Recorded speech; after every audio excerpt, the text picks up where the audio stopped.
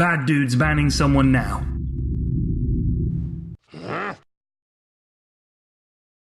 Dire team banned.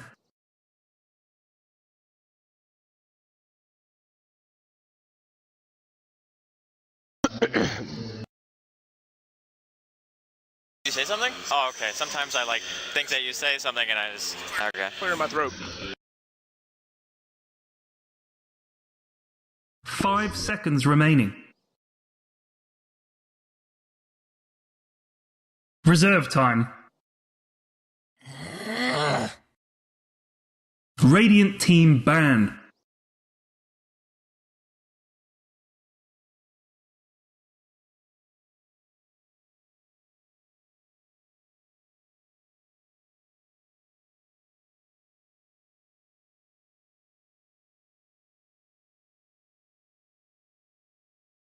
Five seconds remaining. Reserve time. Dire team pick.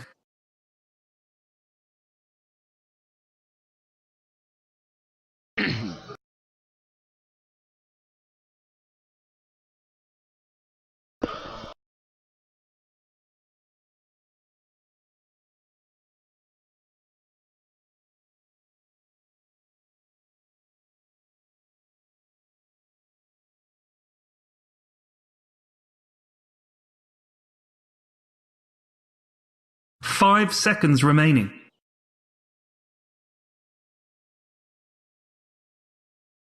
Reserve time. It's not free, you know.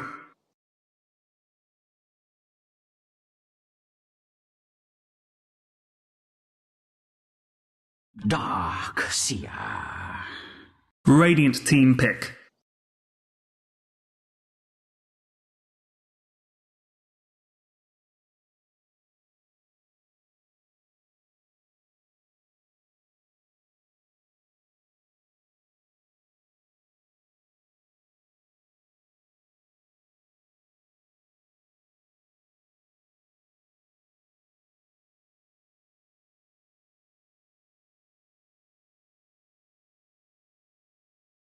Greetings and salutations, Dota fans! We're back for our second series of the day here at the International 2013. A best of three on the way in the upper bracket semifinals, Rascal. We have been looking forward to this. You and I talked about it coming in, the possibility of these two teams meeting on this stage like this. Of course, the winner will advance to Meat Alliance in the upper bracket finals. Tongfu, one of the biggest dark horses in the entire tournament, a team that for the most part has flown under the radar a little bit, but extremely talented, and now facing their toughest test in Na'Vi.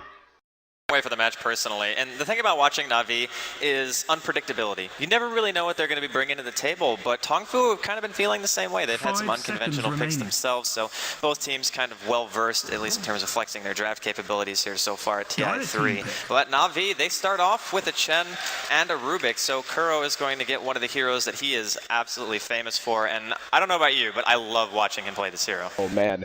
Whenever you see Kuro on Rubik, he plays Rubik just a different way. It's something you can't quite put your finger on. He just has such a sense of the hero. He's always in the right position, and the way he builds the Rubik is always mobility-based. He always wants a mobility item that will allow him to make plays in ways that most players can't. And when you put that with a Chen, another hero, a playmaker in his own right, but in a different way, you put that hero in Puppy's hands, you have two extremely experienced players on two of the best heroes in their entire hero pool. Could not think of a better core for Na'Vi to lead off with. Agree more, and the thing that's interesting here is just the way that the draft changes even between series. For instance, the last series that we just had a chance to watch, we saw a lot of Alchemist, of course, and that hero has been predominant throughout the entire tournament, I would say, and just in terms of either sending a mid, being able to stop these kind of early game aggressive pushes. Of course, he still is available, but I'm kind of leaning towards Tongfu would probably be the ones to take him here, if not. But we can see Tongfu already banning out the puck as well, so that's another hero that Dendi has pretty good success with. I'm pretty sure they actually had 70-something% win rate on that hero whenever he plays it, so definitely not bad to take it out if you're Tongfu. Absolutely, and waiting to see what Dindy's going to be running out of that mid position. He's really well known for a number of heroes. Been playing a lot of DK lately, and already with the Chen and the Rubik pickup, that's going to be something that Tongfu's going to have to be conscious of. Wouldn't surprise me at all to see them ban the DK here in this the fourth ban slot, just because of how well he would function in a push lineup with the Chen. And nope, they're actually going to take out the OD. So Na'Vi not going to have that open to them if they want. Obviously, the DK again, just a great core hero. You can stick in mid. Tongfu has yet to show us their mid, but when you pick that DK before the enemy team picks their mid, sometimes they can counter pick it really effectively. But with the Shadow Demon and a Darkseer, those two heroes, as good as they are, aren't exactly, I mean, the Shadow Demon can roam really well, but it's going to be based on what Tongfu wants to do in the early game. Do they want to sit back and just kind of ease their way in, or are they going to start to pressure lanes very early? In the preliminary stages, you and I watched Tongfu a lot, and we learned there that they are very flexible in that regard. 5 seconds Tongfu have left remaining. themselves wide open. I think that's pretty much the only thing you can say in terms of their first two. If you look at Darkseer and you think Na'Vi, do they want to go for the DK here? Do they want to try to go for that Death Poly sort of, we're going to push into your tier 1 towers, try to assume map control? They're actually going to go with a Mirana. So it looks like Funnick is going to get a chance to play that, and he definitely plays a spectacular one. But going back to Tongfu's draft for a second, it's amazing to have a Darkseer because of his versatility, and Shadow Demon is one of the supports who can not only rotate during the early game, but he makes a semi-good transition into the later game phases. I'd say he's sort of like a Crystal Maiden, less lane control, but he makes very, very good transitions into the mid-late game. And now Tongfu, they're actually going to go with a Spectre, and honestly, I like that quite a bit, just because Na'Vi, up until now, not a whole lot of damage. I mean, they have a chance. Oh, hello! There we go. The big man makes an appearance, and there are people on their feet. Dindy Pudge joining us here in Benaroya Hall, and yeah, I think that right there might be one of the biggest cheers we hear the entire series, just the pick. I'm just saying, Melk's stats were correct. Maybe we need a new stat man, honestly, because he called it. He said, if he ever says you're going to enjoy the match, we're going to get a chance to see Pudge. And the thing about Pudge is, it fits Navi's style so well. They love playing aggressive. They love trying to get the map control early on. It actually goes fairly well with the Chen, because once you get those towers, just the looming threat of a Pudge being in fog, going for a hook, it forces you to play so defensively. And the thing is, against Tongfu's lineup right now, if any of those heroes gets hooked, it's very hard to save them. They don't have a whole lot of heroes who can react fast. They don't have any blink initiators to go in. They don't have like a Beastmaster to counter or anything. More or less, they have a team who is kind of all around. There's no initiator just yet, so we'll see what Tongfu's answer to this is. You what, man, if I'm Tongfu right now, I am fearing a Pudge that has a permanent smoke from Mirana every time it's off cooldown. How do you even begin to cope with it? I mean, just look at this lineup. Even before the Pudge pick came out, was going to point out, I mean, with the Spectre pickup, that's a hero who obviously has to farm and has to farm hard, can be a monster in the late game, but she does like to show up to fights early. You can build an aggressive lineup, and oftentimes should build an aggressive lineup around a Spectre just so she can have a little bit room, not only to farm, but to put aggression on whenever she haunts in, whenever she realities in after haunt. But now Na'Vi taking it to a whole new level. Again, you've got Chen, an innately aggressive hero. Rubik, as we talked about, played by Kuro, one of the most aggressive Rubik players on the planet. You're going to have Mirana, again, an innately aggressive hero, and a Pudge that's going to have a perma smoke coming up every time her ultimate's off cooldown. Tongfu, they're not going to be intimidated, not saying that, but looking at this, they have to be so concerned about what they're able to do to stabilize things in the first 20 minutes. Allowed to make a whole lot of mistakes. That's more or less what Navi's lineup is meant for, because if they get going, it's going to be an unstoppable train, and it's very, very tough to come back from something like that. On the flip side, Tongfu have Jakiro, Darkseer, Shadow Demon. Probably one of the best trifectas in terms of taking team fights, setting up ganks. Disruption into Ice Path is very easy to execute. You can get the big vacuums on such as well. So Gyrocopter is going to be the last pick.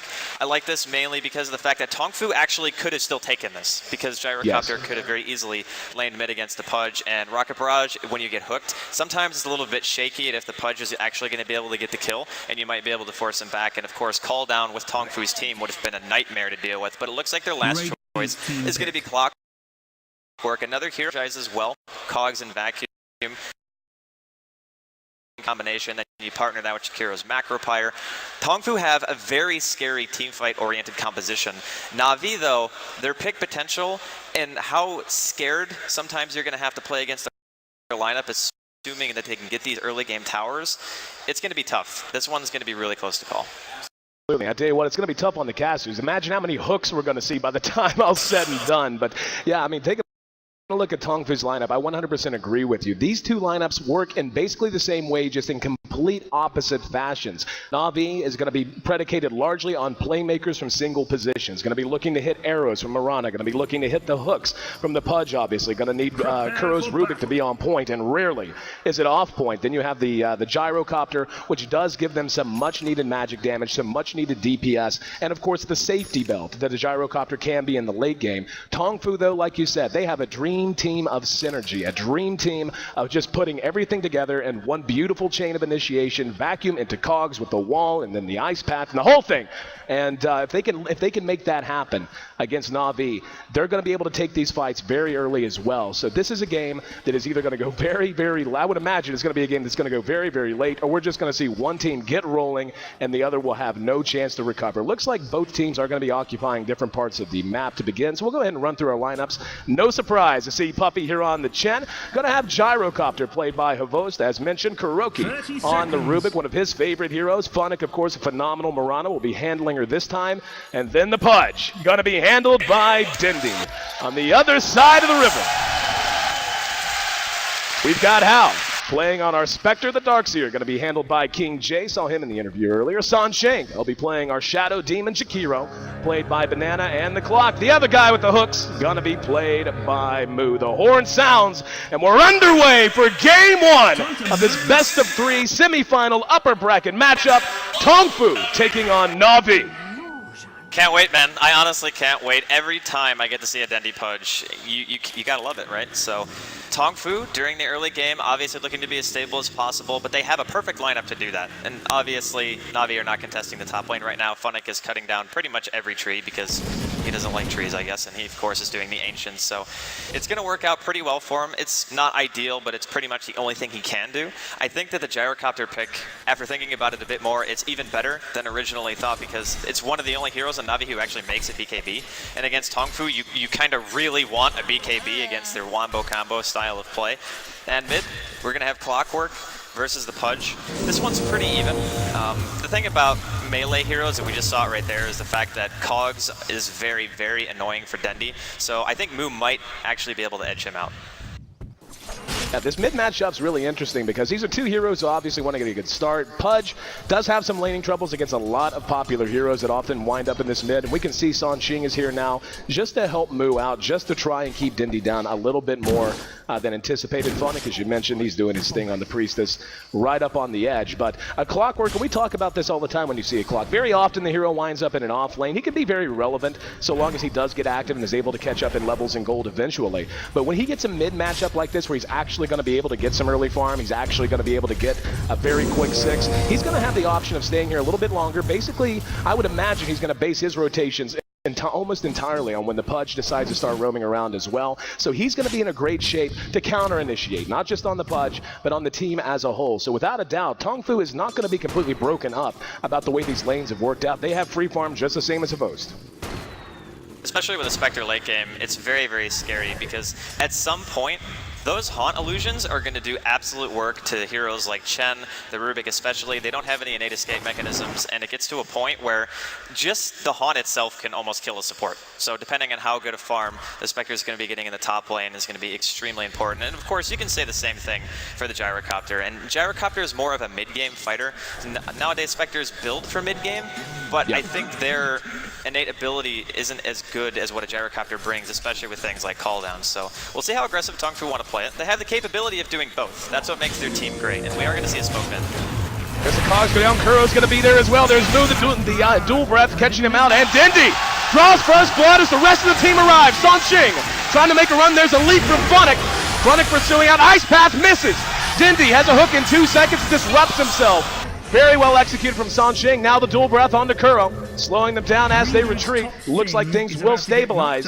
Was just going to mention, with so many heroes hanging around for Na'Vi, and you knew that they were going to take a shot at Dindy sometime very soon whenever you just have how effective these gankers are in the Jakiro and in the Shadow Demon. Knew it was coming, but first blood goes the way of Na'Vi. That's one nice thing about having the Mirana doing the Ancients is that she happened to be level 2. And even at level 1, you can technically get arrow because you know no one from Tongfu is really going to be messing with you over there anyway. And all you're doing is auto-attacking the Ancients. So he's so close that he can get there instantly, throw an arrow, turn it around and get the first blood for Na'Vi. So pretty creative use of the hero, honestly. And Funnick actually gets like 1 lane creep of experience before he's forced back again to go back to his Ancients. But I really do feel like during the early game, and we're going to have a hook to connect in Moo. And Dindy going toe-to-toe in the Thunderdome. Dindy's going to have to run. Moo right on his tail. Will get the kill. Here's Ched. Puppey trying to chase him out. Unable to catch him. So 1 for 1. This mid matchup breaks even. I was just mentioning, I think the early game matters a lot more for Na'Vi than it does for Tongfu, because Tongfu's teamfight is always going to be so strong, and since there is only 1 hero on the side of Na'Vi that goes for the BKB, it's going to be tough. But Funnick going to get caught by Moo. And the Cogs not quick enough, able to leap to safety. Good thing too, Sanxing was right around the corner, so Funnick makes it back to safety. He'll go back to work on these Ancients. And bottom lane looks like they're trying to pressure a tiny bit. And the thing about Tongfu's lineup as well is with the Darkseer, they can counter push just as well as somebody like Na'Vi. So looks like King J is going to be teleporting down, but he's only level 3 right now, so only level 2 Ion Shell. I don't think he's going to be able to stop the pressure that's coming out currently. And it looks like Na'Vi should be able to potentially push this tower. Puppey's made his way over, using his haste rune to run a little goalie, run a little defense, keep King A zoned out. They will pull back for the moment, but we'll see if they're going to try to get active and pushing the tower again. We do see Dindy's picked up a smoke. Very possible he's not going to be hanging around too much longer. And yeah, looks like they will go ahead and try to bring this down. The creeps this time, though, pulled back by King J, so we'll be able to delay it a little bit. We're 5 minutes in. We got 1 kill apiece on the mid heroes, Clock and Pudge. Both Pudge almost level 6, halfway there. Moo already level 6. He's a full level ahead at this point. The help he got from the supports really helping to hold Pudge down just a little bit. Pulling the Pudge down is good in a sense, but Pudge is actually a hero who's fairly good from behind, because as long as he gets levels, he doesn't necessarily care about the CS so much. It's all about landing the hooks. If you land the initiation, that's pretty much the only important thing that you have to do on the hero. And we've seen Dendy hooks before, and Dendy, we're going to have to trust this game for Na'Vi in terms of landing them. But Moo mid, he's definitely doing work here. He's 29-9 compared to Dendy, who's sitting at 20-4, and he has max battery assault here. Here we go mid. Oh, there's the arrow to follow it up. Dindy's right there, and Moo will end up dropping for sure. That's another stack going to Dindy. Hal, though, has come in. He's going to try to secure the kill. Jakiro coming from the low ground. Can't get in range, and Hal taking a lot of damage. He's going to pull back. Ice Path does lock Dindy down, and the dual breath gonna be enough to force the big boy back at least a little while. Hal getting very greedy, makes it away with less than 100 HP.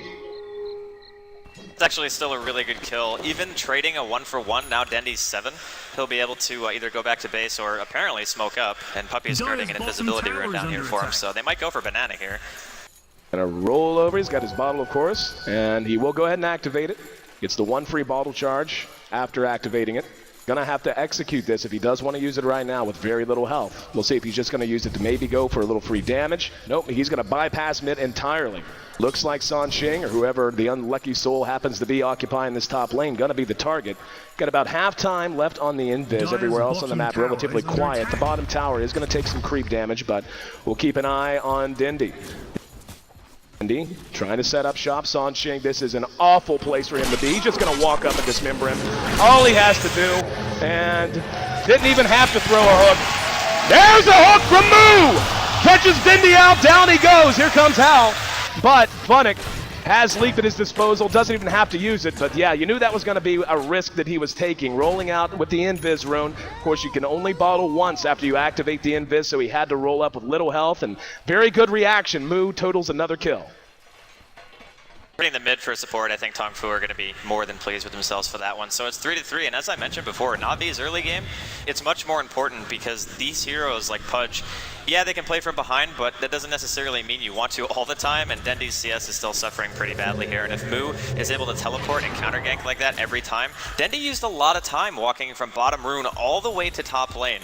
And when you're mid and you're a Pudge, you do want to continue to get experience until you get to at least level 10, 11, 12, start getting some points in a Flesh Heap so you can actually tank up. But Na'Vi, of course, still doing pretty well. Havosa sitting at the top of the CS right now. He's 55 right now for, or 56 for 14, excuse me, so. Moo on the low ground. Dindy Makes his way over. Nope, not going to be able to catch him. He does have full range hooks, so range not so much of a problem. There's a smoke right off the courier. Gonna make his way back up to top. Kuro caught out with an ice bath, and it looks like Banana actually got telekinesis up to the ward spot. Poor guy gonna have to wait on the TP. Hang on. Dindy. Oh, Hao is so low. Dindy doesn't see him. He might be able to get eyes on him. Is he gonna stop? He'll spot Sansheng first.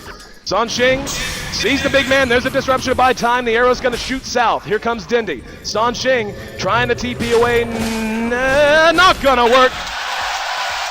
Another stack going to Dindy. Funny thing is, hang on in bottom. We've got a fight that's broken out. They're trying to kill Banana, and they will get it.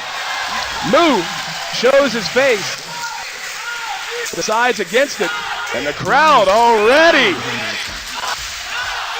getting behind one of the biggest fan favorite squads in the world.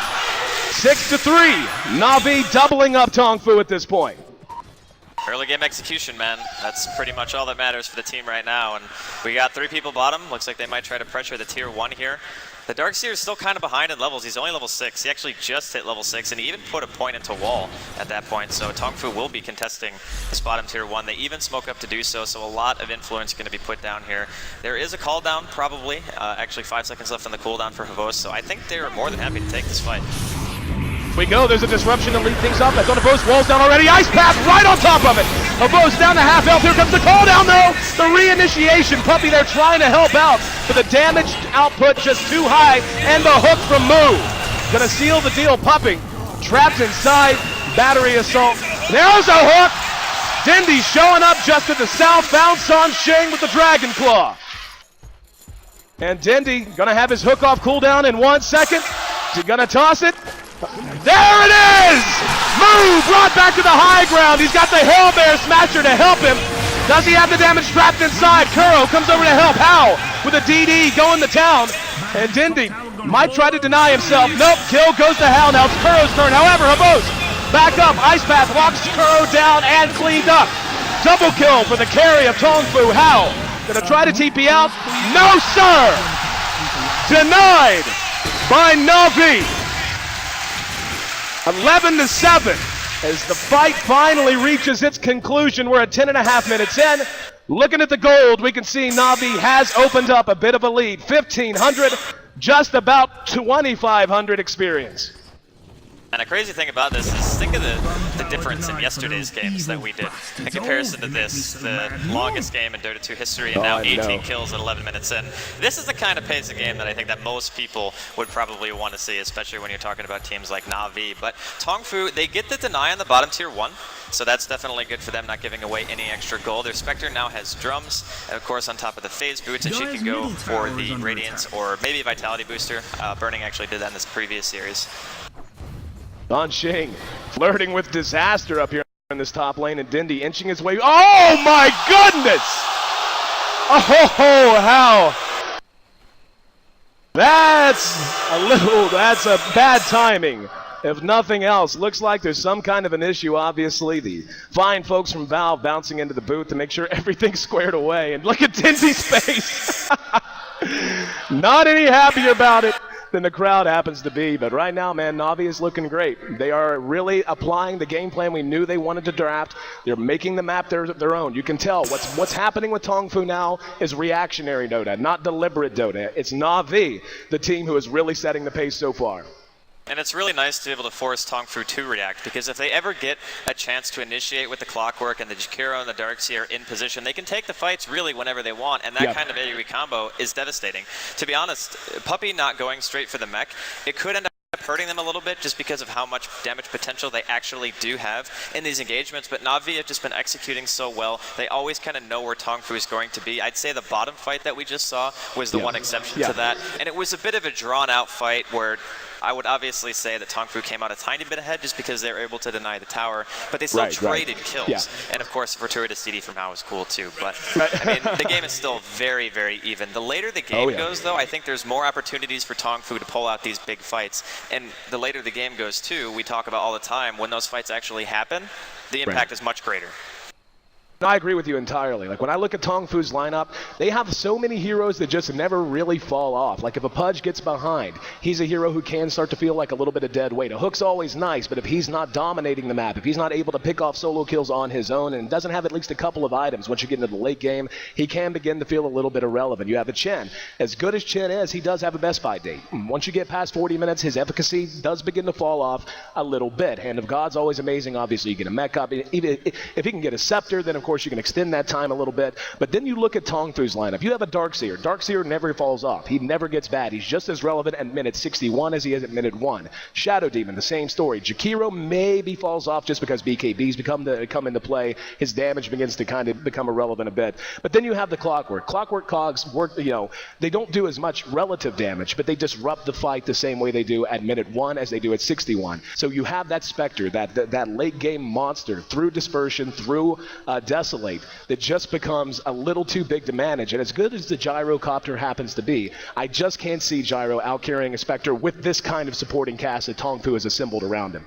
Especially once you see that Radiance come up on the Spectre. That's where things really start to take a turn. Just that residual damage alone, between Haunt Images hitting you, the Radiance burn, if you actually target the Spectre as well, you're going to be talking about Dispersion on top of that. It can really deal a whole heck of a lot of damage. And because of the Shadow Demon, focusing down one hero isn't really that difficult if you're on the side of Tongfu. Of course, their forte isn't necessarily single target focus, but it can be. And you're also going to have the Shadow Demon's ultimate, of course, to be able to purge through the BKB to make sure that the Gyrocopter is not going to be able to stay in range to do his full extended damage. So of course it's still really early on. It's only 11.5 minutes into the game, and the first tower, even though it did get denied, it opens up the map a bit more for Na'Vi to start moving around. They want to prioritize going perhaps mid. Whenever they have Mirana ultimate, taking team fights is going to be to their advantage. Clearly it forces Tongfu to always have sentries down, and that can be really scary because in conjunction with smoke, and then you have Mirana ultimate on top of that, there are a lot of ways that Na'Vi can move around the map that I feel like Tongfu don't really have the same capability. They have a Clockwork for initiation and a Spectre, which is nice, but their supports for the most part aren't really that mobile. So you can get caught out of position really easily if you're Tongfu. But then again, if Tongfu are ready, they can react very well to tower pushes. You have a Clockwork TP in, you can hook, you can cog, and then you just have your Spectre use Haunt, and then the team fight pretty much goes from there. That's exactly what happened bottom, and that's why Na'Vi were actually forced so far back. But again, it was a bit of a dive by the Spectre. Ultimately, I think, though, probably worth it.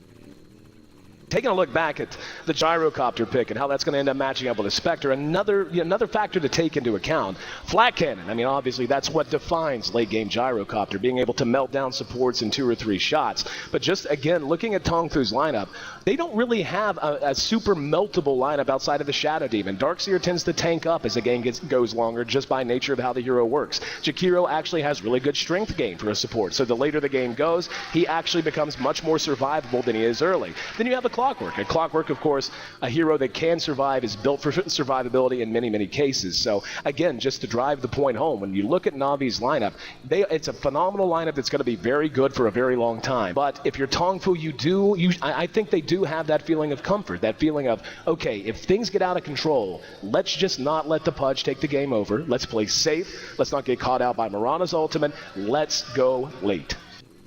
Yeah, exactly. And Tongfu, with that lineup, late is just as scary as it's going to be pretty much the entire game. Yeah, hooks off the mark, so unfortunate for Dendi.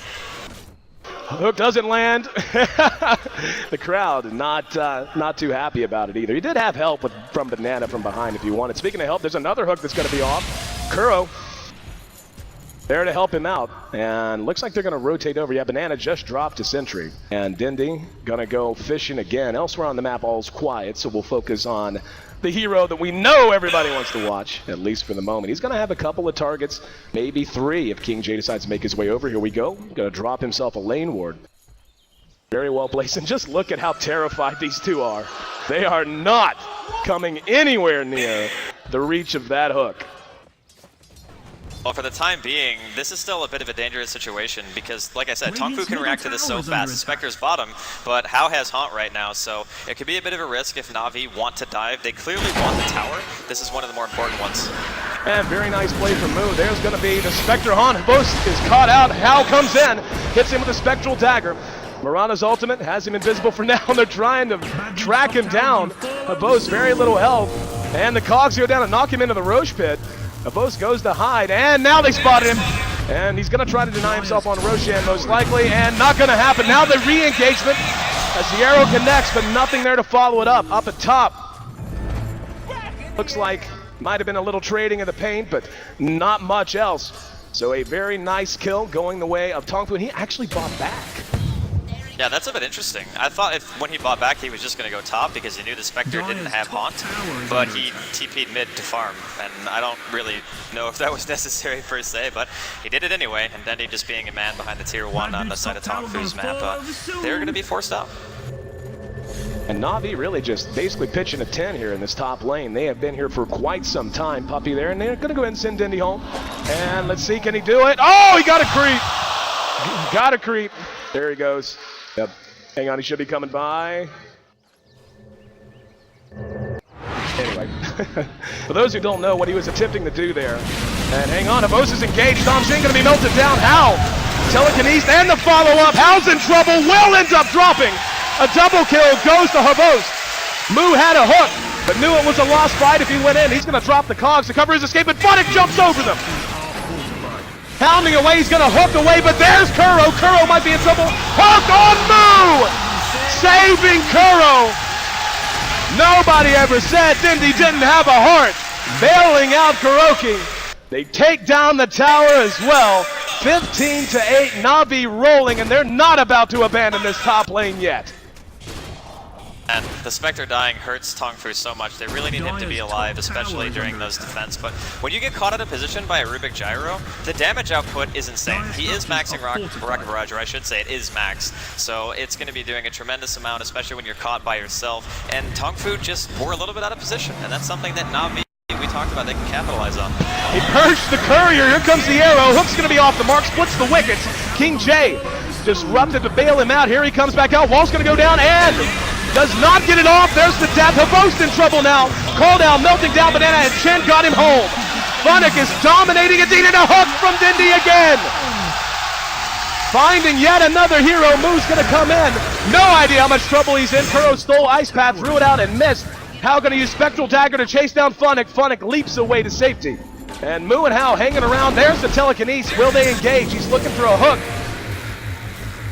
There it is. Mu brought back in beautiful chain on the hook into the Ice Path. Dendy thrilling the crowd and tallying the kills. Finding hooks every way he looks and getting help from Kuro. Dual Ice Path. There's going to be a disruption. Songxing telekinesis back. Dendy. Whoa, nope, never mind. Hit a creep. Now he's in trouble. Slowed down, but Chen able to get him back home. Here's a TP going to land into a melting Ice Path. Middle tower, everyone. Na'Vi forced to pull back. Kuro heads south while the rest head to the west. Looks like they are going to pursue it out, at least for the moment. Banana going to be surged and going to look to find someone. Kuro going to be the target. Good angle, good shot. Kuro locked down. Do they have the fall? That was a double Ice Path. And the hook right after the telekinesis. That's what we call an alley-oop, ladies and gentlemen. Dendy, the high-flying hook thrower. Gonna chase him down. One more. Why not? Can't even call it fishing. It's like fishing with dynamite. Mu's gonna re-engage though. Dendy right on top of him, doing the damage. Jim blows the heel. King J's there. Ice Path knocks him down. One kill from the Rot, and King J now on the run. Dendy with a hook up in 5 seconds. You better run, King J. He's not missing today. Unbelievable performance out of Dendy this game. Just, I think he's got like, what, 80-something%? What a great arrow! Following up the homing missile, gets the kill. Will be trading 1 for 1 though. In the meantime though, Na'Vi doing work and bringing down another tier 1. Well, we talked about momentum and how well Na'Vi work under those circumstances, and I think this is a perfect example. They start landing hooks, they start landing arrows, telekinesis works fantastic with Pudge in general, and stealing Ice Path, that's going to be like one of the best feelings in the world if you're a Rubik. Oh man! One more! Hello, Sanxing! Meet the Butcher! Dendy, at this point, we are 17 minutes into this match. He has 13 stacks on Flesh Heap. Man, this is actually insane. Tongfu have absolutely no map control anymore in the top lane or their woods, and you can see how aggressively Na'Vi are warding this now. There's not really a whole lot that Tongfu can do, I think, in terms of fighting right now. They've just simply given away too many kills. I mean, 24 kills in less than 18 minutes into the game.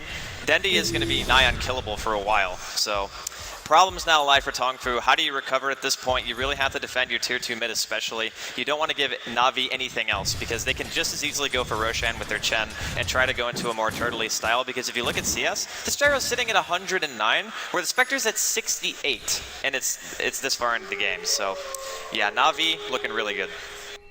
Gyrocopter has finished his BKB, will be going with the Helm of the Dominator right afterwards, so Havost definitely taking his time. In great shape. We switch over to the net worth. We can see he sits not just on top, but quite convincingly on top.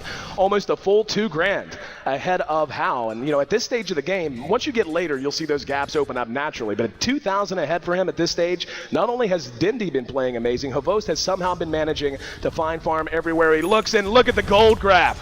You're talking 5 digits short of 20 minutes. 500 gold per minute lead generated so far, much of it hooked out by Dendi. I just want to say really quickly that the Ancienting Mirana has a Shadow Blade in phase at less than 19 minutes. He's 7-2 and 5, so Funnick has obviously had a spectacular performance as well.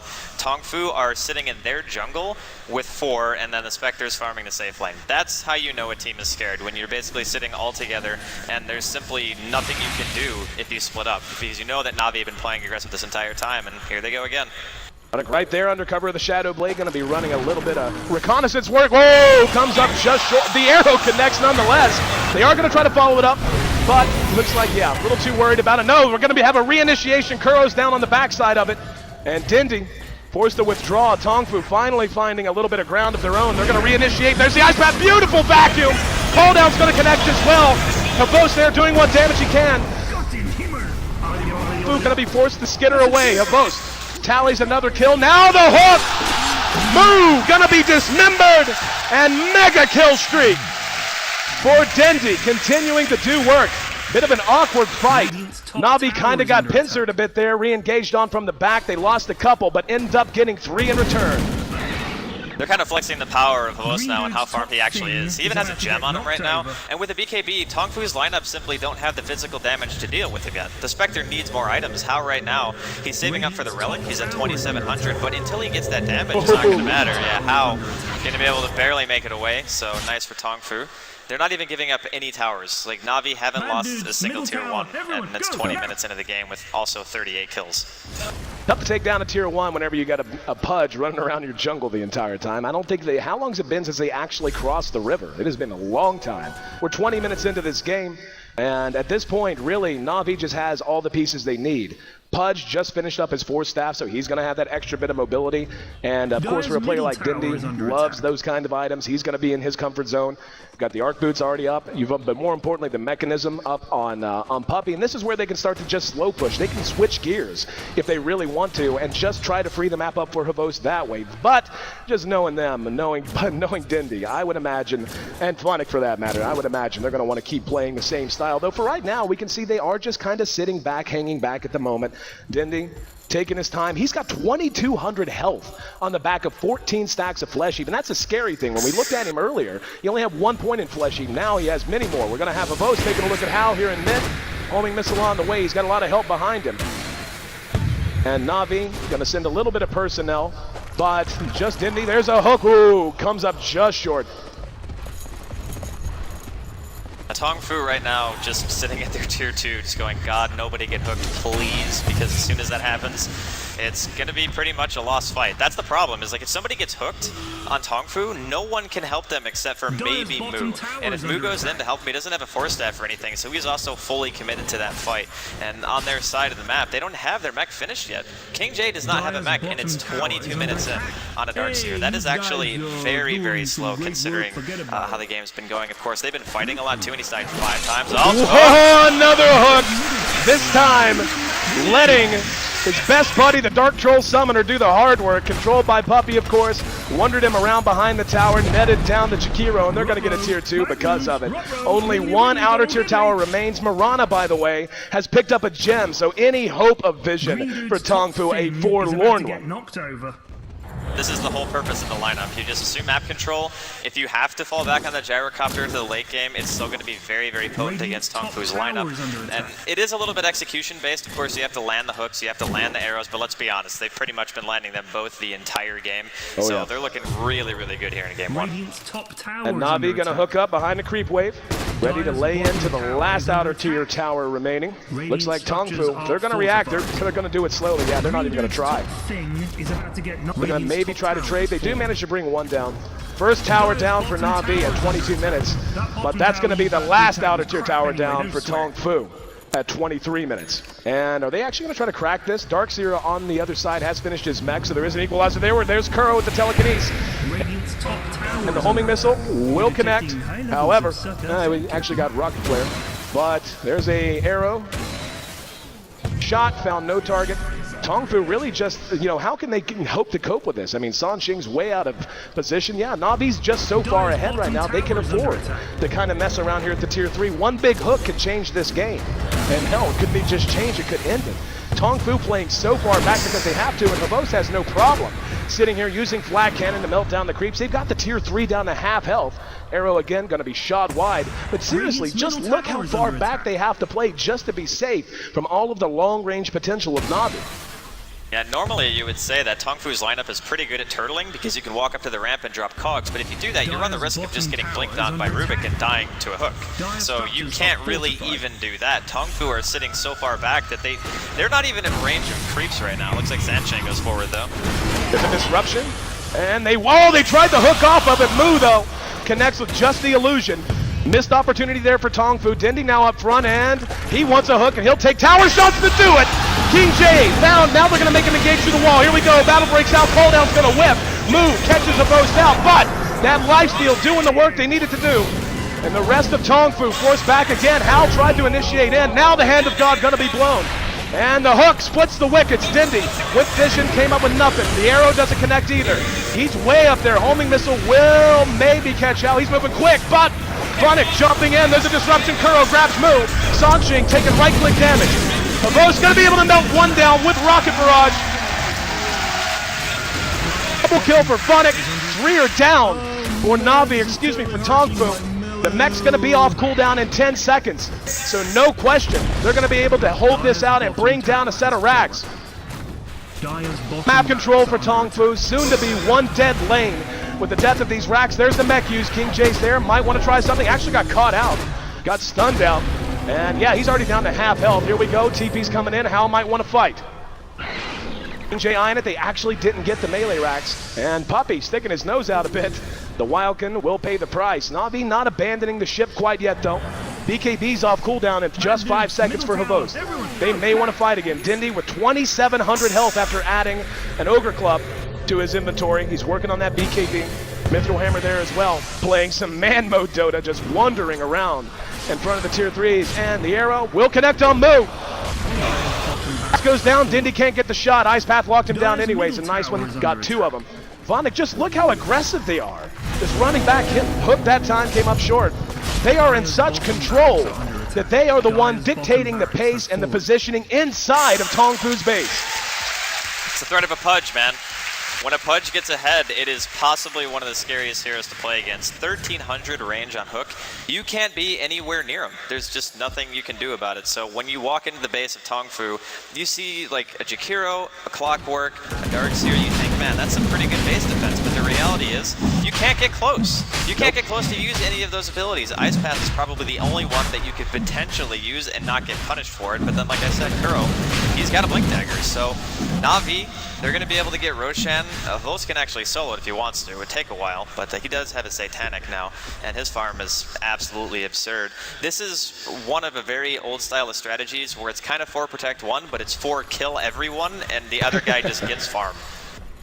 Pretty much how it's working out, too. Dindy has tallied 16 stacks on his flesh heap so far. An absolute monster of this game, quite obviously. A lot of the, the bit players, though, have really had such an impact. The synergy between these players, Funnick chaining up the arrows, and Kuro, the alley-oops, telekinesing them right into Dindy's hooks. I mean, that's the kind of thing that just defines this squad, and really we're getting a first-class clinic on how to make teamwork work with a very hard-to-execute game plan. This has just been a great showing from them. Tongfu, just about 20,000 gold down now, and 20,000 experience, and yeah, this might be about their last chance, and even then, I mean, hell, the Radiance isn't even done on Spectre yet, has not even completed it. Hook gonna split the wickets again, Disruption, gonna catch one out, Ice Path is there, both BKBs right out of it though, using that black cannon to melt down the supports. Taking a lot of damage. I'm a little surprised Na'Vi didn't decide to take the Roshan before another hook gonna miss. Didn't decide to take Roshan before taking a run at this tier 2, or excuse me, this mid tier 3. It is a safer choice, obviously. Like going for Roshan and then going mid, you could just send in Havost auto attack the tower, and if he dies once, you just save your BKB and Satanic for the second life, and you can probably just win the fight based on that. But do they really even need it? I mean, they're massively ahead. It would take a very, very bad mistake coming out of Na'Vi for them to lose the next engagement. And they can slow siege the tower. They can just walk up and do what they're doing right now. And eventually, Tongfu is going to have to react in some way. Otherwise, they're just going to slowly lose their base. And they're smoked up, so they can't see for hooks. Like, they're not going to have any vision, so that's definitely a smart idea. But Dendi's still going to throw him anyway, because, as he would say, you miss every hook you don't throw. Here we go, Disruption to lead off, and the Force Staff gets him to the tail end of it. Tongfu wants to engage out, and the wall, and a hook on the punch. Vacuum misses, brought him out of it. Mu lost behind, Puppey gonna be cleaned up, and Kuro caught out as well. Tongfu showing signs of life as Hal tallies a double kill, and the fight definitely going their way this time around. They needed that in the absolute worst way without some kind of a turnaround. Hook gonna find Banana. Shakiro once again suffering Dindy's wrath. There's a call down. Will catch Mu. The arrow though shot a smidgen off the mark. Even though Tongfu again showing us a pulse, it might just be a death rattle. Dindy just, he doesn't care. It's fine. Tower damage. Flip it, don't care. Brings down the tier 3. Putting that meat tenderizer through its paces. Mu walks up now. Yeah, finally the hook's missed. Now he'll look to re-engage. Walked up and noped right out. Now we're going to have Havost caught out. Going to BKB through it. His damage output is good enough to sit in man mode. There's a disruption to try and save Mu. King J surrounding him. There's the heal. Havost force-staffed out. And Hal trying to find a target. Looked at Havost, looked at Punch. Good arrow going to lock down Mu. And the hook brings him back. Funnick trying to make a run. He's taking a lot of damage. Dismember on the Hal.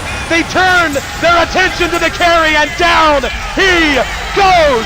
Dindy is indeed godlike. 36-13, wandering through the ice path, looking for another hook. Force Staff's out, actually. Rare moment of Dindy not wanting a fight, but the end result gonna be the same. Nonetheless, down goes the second melee racks, and GG! Na'Vi getting the job done, my friend.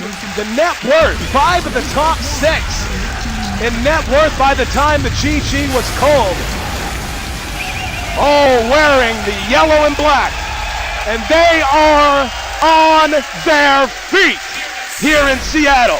A standing ovation, well-deserved and well-earned, as Na'Vi takes a phenomenal game 1 on the back of an outstanding performance from their star, Dindy. Yeah, ever since the hook started landing, they really just never stopped. There were a handful here and there, but the ones that really mattered, he landed every single time. So Tongfu, from about the 10-minute mark onward, they just didn't have any semblance of map control, even from the very beginning of the game. They went in, they tried to gank Dendy in middle lane. Funnick was there to land an arrow, and there was even a support coming in through Puppey. So they get the first blood, Dendy doesn't die, and then he just snowballs through then on out.